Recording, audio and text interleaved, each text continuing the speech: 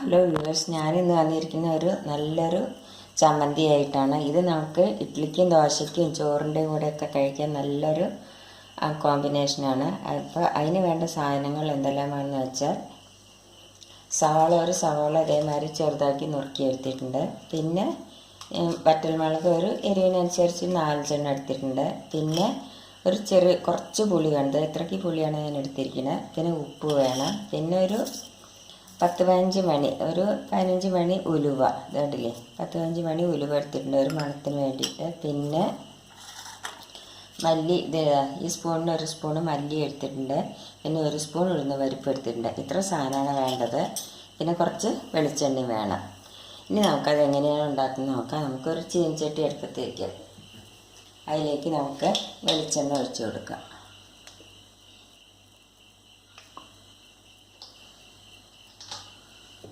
അതിലേക്ക് ആദ്യം നമുക്ക് ഈ വറ്റൽമുളകൊന്ന് വഴറ്റിയെടുക്കാം.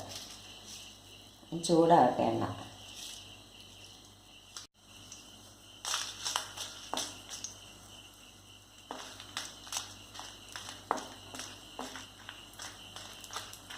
വറ്റൽമുളക് നമ്മൾ വഴറ്റിയെടുത്ത് കണ്ടില്ലേ. ഇനി ഇതിലേക്ക് നമുക്ക് ഈ ഉഴുന്നും പരിപ്പും മല്ലി ഇട്ട് കൊടുക്കാം. ഈ ഉലുവ ഇട്ട് കൊടുക്കാം. ഇതൊന്ന് വഴറ്റിട്ട്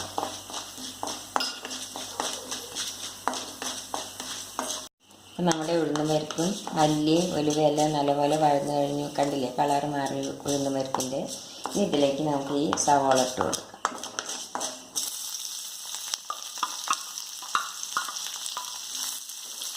അതിൻ്റെ കൂടെ നമുക്ക് ഈ ഉപ്പിട്ട് കൊടുക്കാം. ഇതുകൊണ്ട് നല്ലപോലെ ഒന്ന് വഴറ്റി വെക്കാം.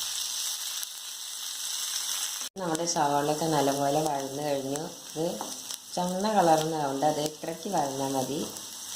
നല്ല സോഫ്റ്റായി. ഇനി നമുക്ക് ഇതിലേക്ക് പുളി ഇട്ട് കൊടുക്കാം.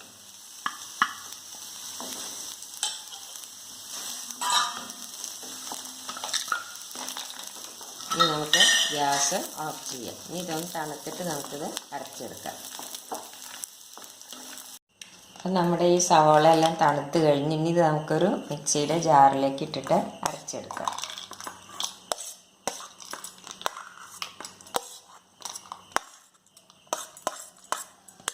അപ്പം നിങ്ങൾക്ക് എൻ്റെ വീഡിയോ ഇഷ്ടപ്പെടുകയാണെങ്കിൽ ലൈക്ക് ചെയ്യാനും ഷെയർ ചെയ്യാനും സബ്സ്ക്രൈബ് ചെയ്യാത്തവർ സബ്സ്ക്രൈബ് ചെയ്യാനും കമൻറ്റ് ചെയ്യാനും മറക്കരുത്. ഇനി നമുക്കിത് അരച്ചെടുക്കാം.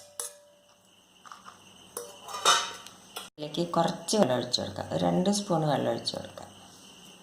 ഇനി നമുക്കിത് ഒന്നും കൂടി ഒന്ന് അരച്ചെടുക്കാം. നമ്മുടെ ചമ്മന്തി റെഡിയായി. ഇതിലേക്ക് കുറച്ച് വെളിച്ചെണ്ണ ഒഴിച്ചു കൊടുക്കാം. നല്ലപോലെ ഒന്ന് മിക്സ് ചെയ്യാം.